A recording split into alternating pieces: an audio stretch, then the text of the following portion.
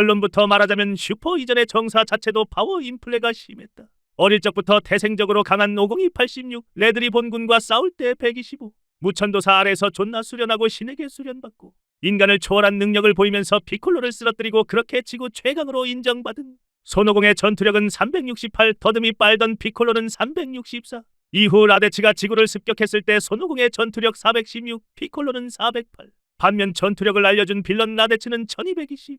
에너지파 쓸 때 900대, 피콜로 마관 광살포 쓸 때는 1330. 이후 지구에서 딱 1년 수련. 제트전사는 신이랑 수련, 피콜로는 독학, 오바는 고작 5살의 피콜로에게 혹독한 훈련을 받은 결과 피콜로 1220, 크리링 1083, 오반 981. 불과 1년 수련한 거로 피콜로는 3배. 크리링과 오반도 이전 지구 최강이라 인정받던 피콜로보다 2배는 더 강해짐. 그런데 작중 베지터의 언급처럼 스카우터의 전투력은 다르게 봐야 함. 설정집에서 피콜로는 최대 전투력 3500, 크리링은 최대 전투력 2150임.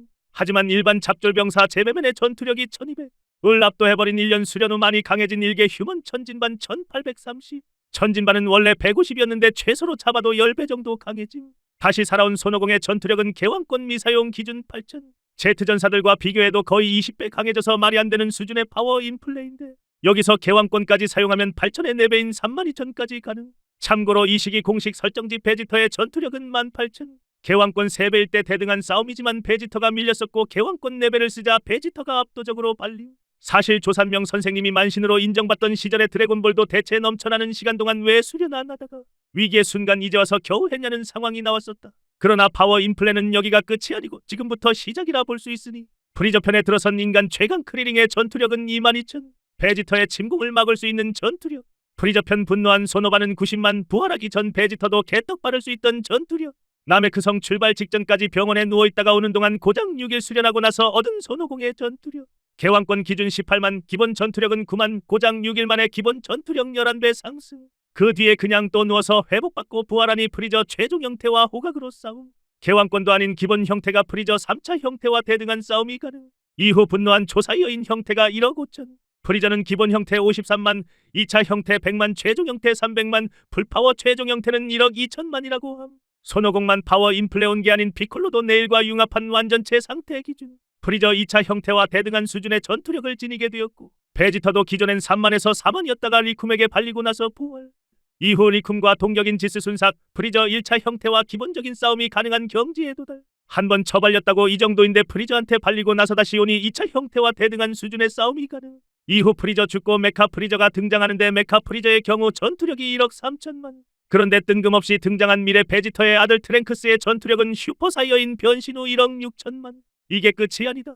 이후 인조인간 편을 보면 지구 침략자 라데츠와 베지터 시절이 무색해질 정도로 파워 인플레가 심한데 지구에서 만든 인조인간이 초사이언 베지터를 압도. 참고로 초사이언 각성 베지터의 경우 2억 5천만이라 풀파워 프리저를 압도할 수 있는 실력임. 그런데 셀도 아닌 인조인간 17호, 18호한테 밀렸음. 피콜로 신과 융합 형태는 17호, 18호 상대로는 대등한 싸움하다가 이김. 피콜로는 이 시기 전투력 3억 천만, 전투력이 300배 상승했다고 보면 된다. 이 수치를 대강적으로 알아낼 수 있는 대목은 메탈 쿠우라 편 전투력으로 대충 파악이 되는데 메탈 쿠우라와 대등하게 싸워서 이긴 손오공이 4억 7천만 이상이고 베지터는 15초 컷 당했으니 그보다 많이 떨어지는 편이라 볼 수 있다. 공식 설정집에서 메탈 쿠우라와 같이 언급된 브로리가 14억이다. 14억에 준하는 기술을 브로리를 이길 때 쓰거나 힘을 합쳐 싸운다면 그만한 전투력이라는 소리인데 그 당시 손오공한테 동료들이 길을 계속 주입해서 브로리한테 겨우겨우 이겼던 것으로 보아 손오공 포함 동료들의 총합은 어림잡아 14억 이상이라고 보면 되고 그 당시 같이 있던 동료들은 베지터, 손오반, 미래, 트랭크스, 피콜로, 크리링 등등이 있었다. 손오공은 메탈 쿠우라 이후 4억 7천만 이상이라 보면 나머지 손오반, 트랭크스, 베지터, 피콜로가 당시 총 합 9억에서 10억 근처라 보면 된다. 그런데 여기서 끝이 아니다. 셀게임 직전 기준 완전체 세리 10억 전투력. 이 시기 기준 슈퍼사이어인 중 최강인 트랭크스 기준 9억 초반대. 참고로 이 시기에는 손오공이 심장병으로 사망해서 없었다.